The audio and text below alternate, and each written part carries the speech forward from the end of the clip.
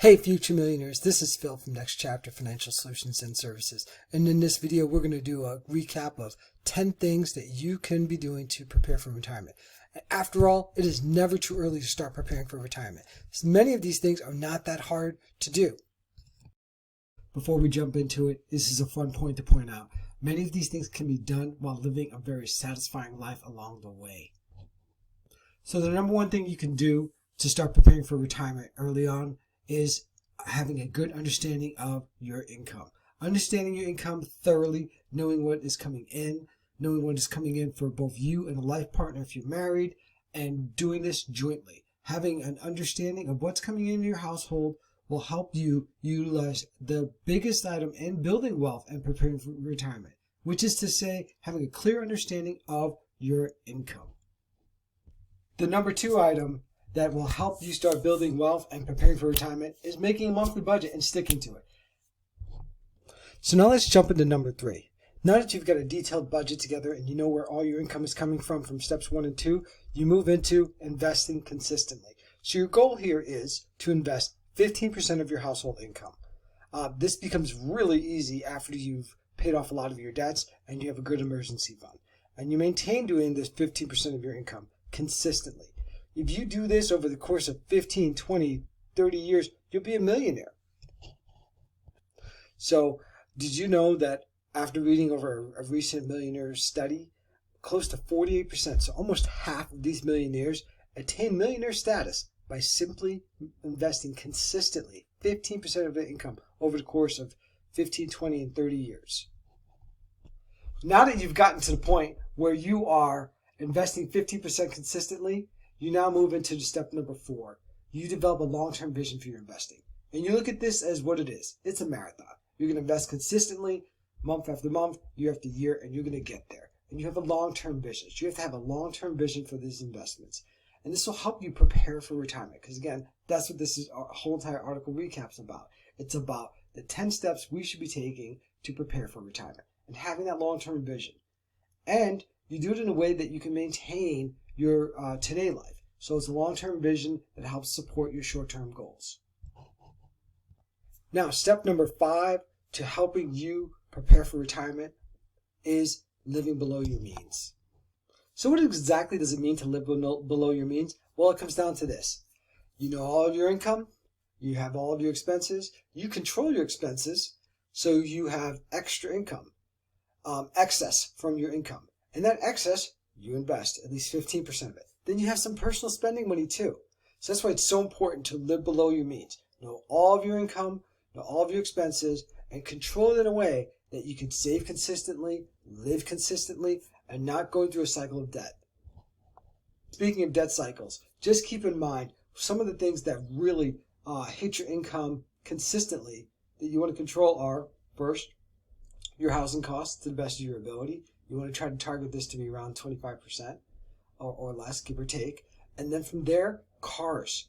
I'm going to talk about cars because cars, consistently buying new cars and staying in car loans, will stop you from having that consistent ability to invest 15% of your income. And again, that's 15% of your total income, gross total income, not your take home.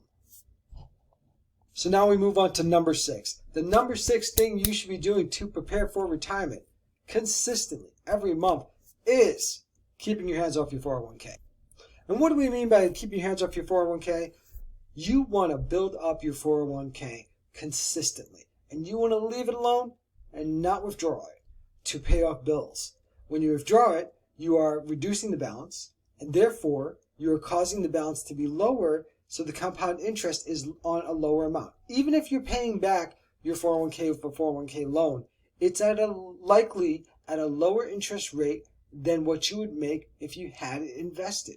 So a great way to do this is to have a solid emergency fund. If you have a 3 to 6 month emergency fund, you have a greater chance of not needing to dip into that 401k.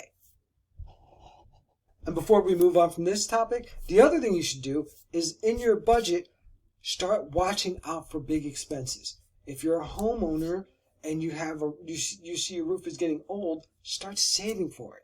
So then you could do that roof in cash or near cash. If you have a car that's getting old, pick a line in the sand and start saving. whether it be 150,000 miles or 200,000 miles. And yeah, cars nowadays can go like 300,000-400,000 miles if you maintain them.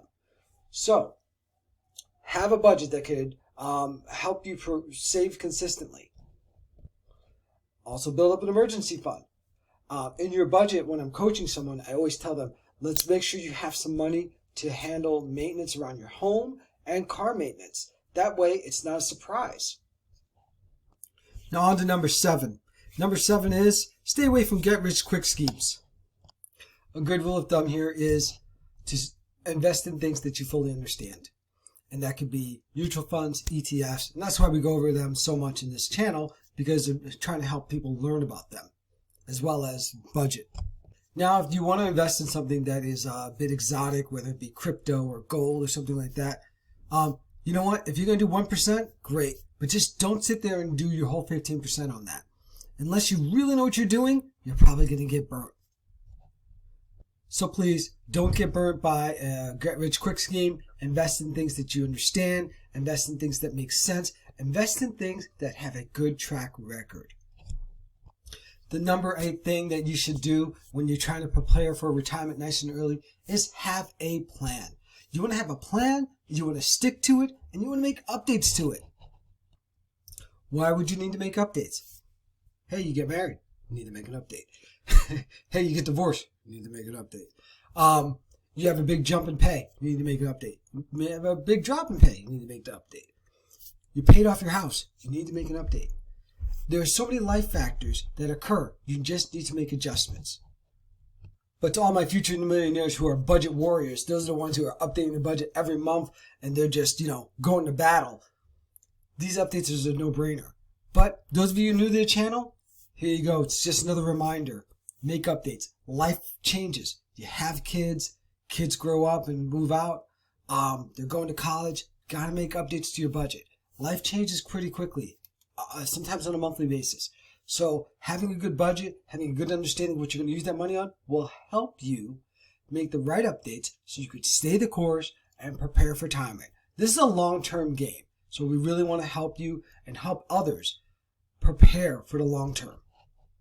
Now, I've touched on this several times, but tip number 9 is really awesome. I think it's true.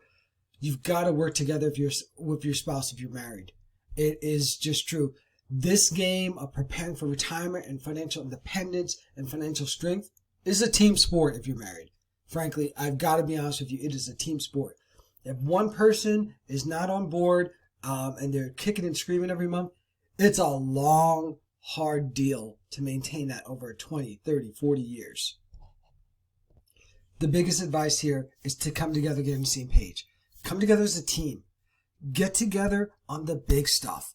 Agree that you're going to work to stay out of debt. Agree that you want to have a home that is, or a rent situation that is 25-ish%. Agree on the big items, because it's not going to be the lattes that mess you up over the long term. It's the big numbers. So agree on the big stuff, and make sure you guys agree on what you want, how you want to live on a month-to-month basis. We covered this on another video, but agree on that personal spend. That stuff you guys want to do. That way you're in it together. And the final item here is try to make sure you go into retirement or start preparing for retirement with the vision of going into retirement with as little debt as possible. You're going to be on a fixed income, whether you're withdrawing from a 401k or getting a pension combined with a Social Security. Why do that with a huge mortgage? Why do that with 3, 4, 5 car payments or 1 car payment and a boat payment?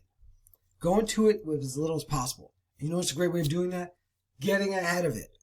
4 or 5 years before, make sure you have a rock solid plan to get ahead of it and go into retirement without debt.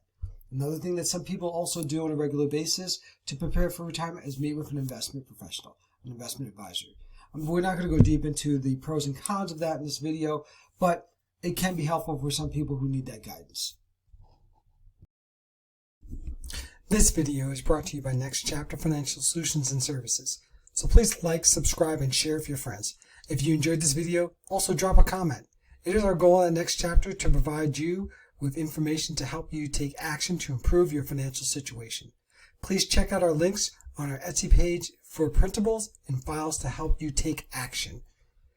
We also offer one-on-one coaching. Our goal is to help our customers determine a clear path to achieving their financial goals. So if this is something you are interested in, please click the link below to contact us. Talk to you soon, and I hope you enjoyed the video.